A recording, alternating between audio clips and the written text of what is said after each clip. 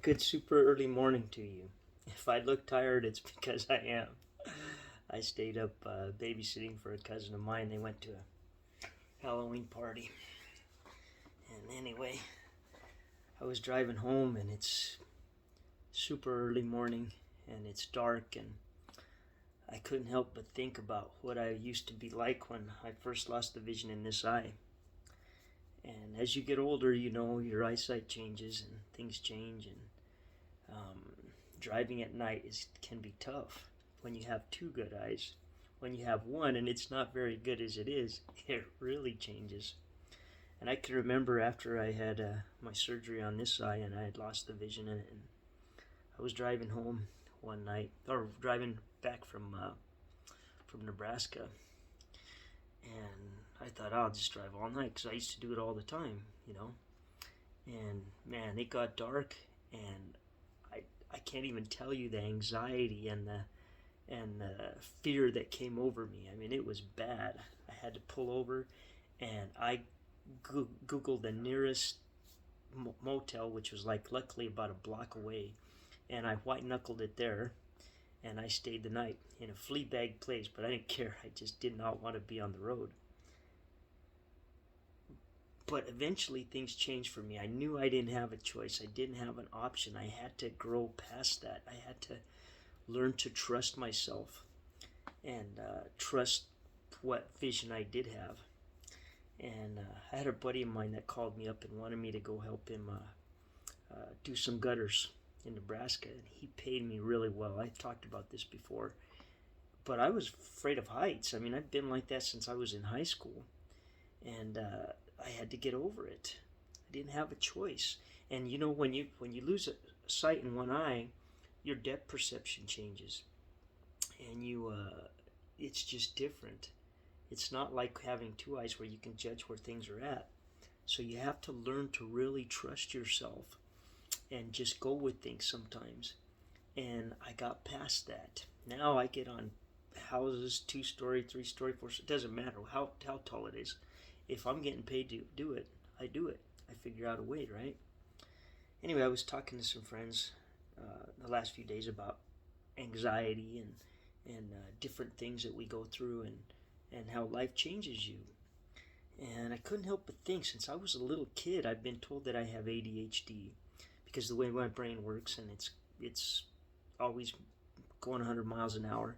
And I kind of knew even in school that I learned different than most people. Um, and I had to kind of develop my own way of learning. I started recording things um, as soon as I could get a tape recorder, even those old cassette tape recorders. And I would read things into the recorder and I'd put inflections in my voice where things I needed to remember. And then I would just listen to it over and over until it stuck with me. And then if I had to take a test, it just came to me easy.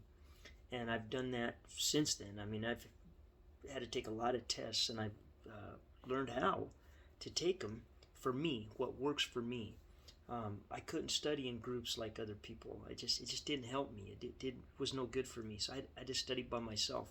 I didn't want any distractions because I didn't want anything to interfere with my thought process. I wanted to learn something one time, the first time, the right way, and be done with it. And so that got me past that. And anybody that knows my family knows that my family can worry about anything, and I mean anything. I was telling somebody yesterday that if I won the lottery, and I told them, hey, I won the lottery, they'd be like, oh my God, that's terrible. What are you gonna do? People could steal the money from you. I mean, you better be careful. And I mean, that's just the way my family is. So how did I overcome that? Um, I remember I was trying to think back to the one of the first things that ever happened to me as a kid that kind of got me over that hump. My teeth were always a big deal. My mom always made a big deal of keeping your dental hygiene up and having nice teeth, that we were born with nice teeth, take care of them, this and that. And I can remember I used my teeth for a lot of things. I mean, I opened bottles with them and cracked nuts with them and whatever. And I don't know what I was doing one time, and I cracked my front tooth. And my teeth used to be a lot more bucky, my front teeth. And I had a crack, like chipped a piece off, and I didn't know what to do. I didn't want my mom to see it. So I got a nail file, and I filed those suckers flat, or smoother anyway than they were. And my mom didn't really seem to notice. She kind of mentioned it one time, but didn't say too much about it. And I thought, well, got past that one, so it got me past that hump.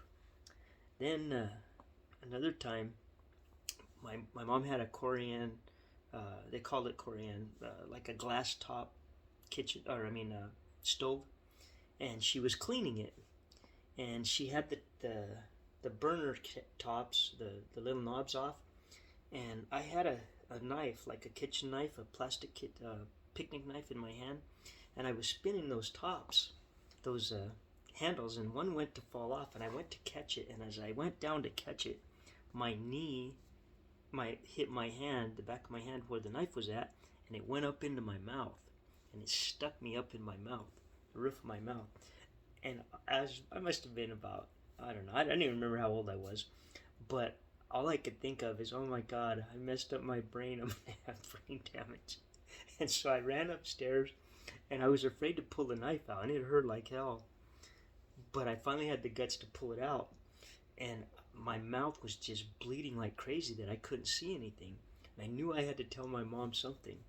And I knew my dad was going to be pissed, but I didn't know what else to do. So finally I went up to my mom, and I had my mouth covered. And I said, Mom, I have something to tell you. And she said, well, take your hand away from your mouth and tell me. So I did, and I opened my mouth, and blood goes everywhere. And she's like, oh my God. She takes me to the emergency room, and they get me stitched up. And I can remember my mouth got some pus pockets. The roof of my mouth eventually got pus pockets. Man, they hurt like hell to bust them. But I knew I had to bust them and gargle with peroxide to kill the infection. Man, that hurt. But I got through it. And all things that I know, my mom was like end of the world type stuff. And just different things, different accidents I had. I had to get stitches in my head one time, and just different stuff that happened to me.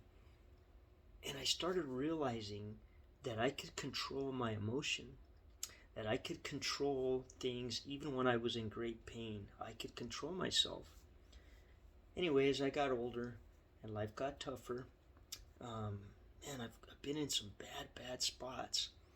And when I would get into these bad spots, I would think about my dad a lot, because my dad got through some really tough times when he went to Vietnam. My dad hardly ever talked about it, but there was a few times as I got older that we did talk. We sat down at night.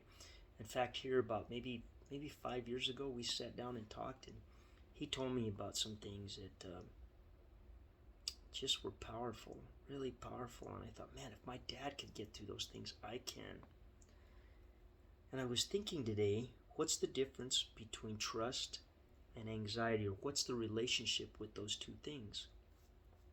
I think sometimes we let anxiety or anxiousness get anxious about things because we don't trust ourselves, or we don't trust the process, or we don't trust that things are going to come out for our benefit. When the reality of it is, you have to have that trust, you have to have that belief level. There's been times that I've had the weight of the world coming down on me. I've had rent due, I've had my utilities due. I mean, I didn't know how I was going to come up with the money, because when you run your own business, it's not like going to a job where you just show up and you know you're going to work so many hours and you're going to come up with this amount and you can fix a budget. It's not like that. You have to have money put away every now and then so that you can keep your business rolling, and you have other bills that come up, and you got to hold on to that money sometimes and not cover those bills, because if you don't have any operating capital to run your business. And I've always believed that my money has to make me money. So before I pay any of my bills, sometimes I'll buy a vehicle, or I'll buy something that I can flip, so that my money's making me money. And then I'll flip it, and then I have the original amount that I had anyway, and then some. Then I can cover those bills, or I can go buy another vehicle and cover my bills, and I just keep the ball rolling. And that's how I've been able to get myself back on track and get back on my feet. But I did not let myself or the thoughts of others freak me out. I just didn't. And so I guess what I'm telling you here is, I don't understand the whole clinical depression or clinical anxiety or whatever, but I looked it up, and they said that it says that it can be helped with medication, and a combination sometimes of medication and psychiatry or talking. And I think for me, talking things out, facing my fears, not getting too bugged out about them, um, really has helped me. I'm not telling you I know everything. I'm not telling you I'm a psychiatrist and that it will always work for you. But I believe that the medical field in particular scares people. I really do. I think it scares people, and it's all about the Benjis. And I haven't always had the Benjis, so I had to figure things out on my own. I know when I popped my eye, and I was in some excruciating pain. I thought to myself, man, how did Samson get through that? A Bible character, someone from back in Bible times, or anybody through history that had things happen to them. Watching those Viking shows, and guys would get hurt in battle, and they didn't have painkillers like we know now. Maybe they had some kind of natural thing, I don't know, but they got through them and they survived. And I couldn't help but think, if they got through that, I can get through this. And sometimes I think of the worst thing that could happen, and that's death. And what happens when you die? Well, that's it. That's the worst thing that can happen to you. So when things get bad for me, I look at things in a way that, man, I'm still alive. I'm still kicking. I can remember when my eye hurt and I woke up from the surgery, and man, all I wanted to do was sleep so that I could heal up. And I thought to myself, I looked up at the ceiling and I thought, I'm still alive. And the pain, as crazy as this sounds, is the pain let me know that I was alive, and it was a good feeling because I knew I had time. I had a little bit of time left. I mean, I wasn't going to die that night. So what I'm telling you is, you can control things sometimes. And people are going to tell you, doctors are going to tell you, other people are going to tell you, oh, that's horseshit, and you can't, and some things you can't help, and blah, blah, blah. Well, if that's what you want to believe, that's up to you. I choose to believe in myself. I choose to make the decision for myself and not let others do that for me. I mean, just look at this whole COVID thing. Look at all the political unrest and the racial unrest and all this craziness that's happening around us. This world's still turning, and it's going to continue to turn. And I have friends and other people that think that this is something to do with the end of the world and blah, blah, blah. Man, there's been more horrific times in our history, in the history of this earth, and it still keeps turning. And I'm not saying that, I'm not trying to down anybody's beliefs. I'm not. I'm just telling you what I know and what works for me and what might work for you if you allow it to, or if you think about it. I was talking to someone yesterday, and one thing that can put you in a depression or a real bad place anxiety-wise is when you lose someone that's close to you. And sometimes we put ourselves in that depression, or we put ourselves in that anxiety because we pull back from society, we pull back from people, and we don't allow ourselves to be opened up. And I believe, and this is just my personal belief, anything that happens to you that you don't talk about or that you bottle up inside will screw your head up.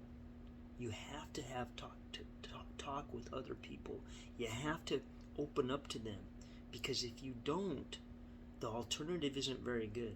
Sometimes our minds will get the best of us, and we'll create something that's not real, and that'll cause us to have fear and anxiety that we don't need to have. And I know for myself, sometimes, because of the way my mind works and how fast it is, I can get thoughts going in my head where I can't sleep, or I don't want to sleep, and then the next day I'm groggy and I'm dragging. And so I've kind of done things a little differently. I was listening to a doctor here not long ago, a guy that's an expert on this kind of thing, and on as far as weight loss and whatnot. And he was saying one thing that you can do is take a something that's sweet, a simple sugar like an apple or some grapes or some berries or whatever, and eat them like 40 minutes before you go to bed. If you're not used to having sugar anyway, because what it'll do is it'll spike your glucose level, and it'll get a little bit of a high for 30-40 minutes, and then you'll come down hard, And that's the best time to go to sleep. And it'll put you into a deep REM sleep. And so I've been doing that for about the last month. And man, I've been really sleeping good through the whole night. I mean, not waking up, not having crazy dreams or stuff that spooks me or hearing every little sound or whatever. I just sleep deep. And so sometimes you have to try things that are different, things that you're not used to.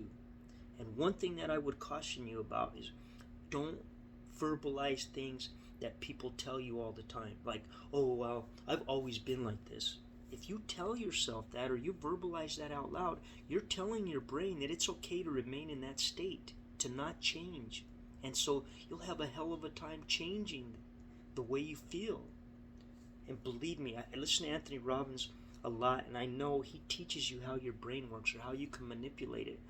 Our brain is like a massive, incredible computer, and we are the programmer. So what you say and what you believe is how you program your brain. If you believe something's not possible, it's not, because you've told yourself that. If you believe it's possible, it is, and you can get through it, and you can change it. I believe we have all the tools to change things, and science has shown sometimes they can't figure out how people have changed even physical maladies. But because of the way our brain works and how magnificent it is, we are capable of it. David said that he was wonderfully made, and really, if you think about it, we are wonderfully made. The scriptures also bring out, and I'm not trying to get religious on you, these are just things that I personally know. The scriptures also bring out that God was fond of the sons of men. He was fond of us. So if he was fond of us, who are we not to trust other men? And sometimes you have to. You have to trust other people. If you don't open up to them and you bottle things up, and society will tell you not to. If you look on Facebook or all the different memes, most of them are, oh, don't trust this person or don't trust that person or only believe in yourself or whatever. I'm not saying that. I'm not saying to trust everyone to your detriment. You're going to get burned sometime, but that's okay. That's how we learn. But it's better than the alternative. It's better than internalizing everything and letting your brain get the best of you in a negative way. So what I'm telling you is you can control your anxiety if you so choose. You can control what you think about. You can control the worry. You can control some of the depression. I'm not saying that I'm a doctor or that I have all the answers. But what I am telling you is they don't have all the answers either. And I believe when you put chemicals in your body that aren't necessarily what God made for us, it's not always a good thing. I mean, look at the opioid epidemic that we have now. Look at the way they have changed the chemical makeup of people with chemicals that are not normal. I think there's alternatives that we have within ourselves that we can use. You just have to choose to. And going back to that thing of opening up to people, I believe it allows you to think deeper. When you open up to other people, you start thinking in a little different way. And I think it's a good thing. You can find things that help heal yourself within your own mind. If you choose to, if you dwell on it. But if you just take somebody's word for, hey, this is just the way it is and you can't overcome it, well then that's probably what's going to happen to you. You probably won't be able to overcome it. Anyway, these are just some things that I use. You have to trust. You have to trust yourself a little bit, and you have to trust other people a little bit. If you don't, you can put yourself in a bad way, in a bad situation. Just look at prisoners that they put in solitary confinement and what that does to a person's mental health. It's not good. So when you put yourself in a prison, when you lock yourself away, when you get scared of other people or other interacting with society, what do you think's going to happen to you? You have to open up. You have to. And telling yourself that that's not you or I've just always been this way, you're hurting yourself. You don't hurt anybody else. Anyway, it's just a thought, something that you can try. Choose trust. Choose belief in yourself and in others over isolation, over anxiety, over worry, over unnecessary thought. All these things are going to continue. You know, my bills never stop. I've always got bills. I got stuff right now that's on me that is heavy. I got a lot of people counting on me. I got a lot riding on this situation that I'm in. But going to pieces isn't going to help me. So you know what? When I'm done with this video, I'm going to crash and I'm going to get some good sleep. And I'm not worried about it. Because what's going to happen is the sun's going to come up tomorrow. The problems are still there. I'm still going to have to deal with it no matter what. And some things, I can remember having discussions with my mom and worries that she had about things that to this day have not happened. I mean, just thinking back to the religious thing, I can remember being talked about Armageddon. Oh, that we'd hear lightning outside or something, or something on the news, and we'd say, "Oh my God, is this Armageddon?" And I think sometimes we, as human beings, kind of like that fear, kind of like that. I mean, think about some of the movies that they come out with at this time of year, and people just flock to it, and they kind of feed off of it. They kind of like the whole frenzy and the scare factor and whatever. Most of it's fake. I mean, it's not reality. So why put yourself through it if you don't have to? Anyway, with that, just something to think about. And remember, nothing good is easy. Nothing easy is good. If it's worth having, it's worth working hard for. And that goes to your mental health. That goes with anxiety, fear of the unknown, crazy thoughts. You can conquer them. You can overcome them if you work hard at it. If you program your brain in such a way that when you speak things out loud, it's positive things. It's not fear and defeat. Anyway, with that, you have a great day, and I hope things go well with you, and we'll talk to you another time.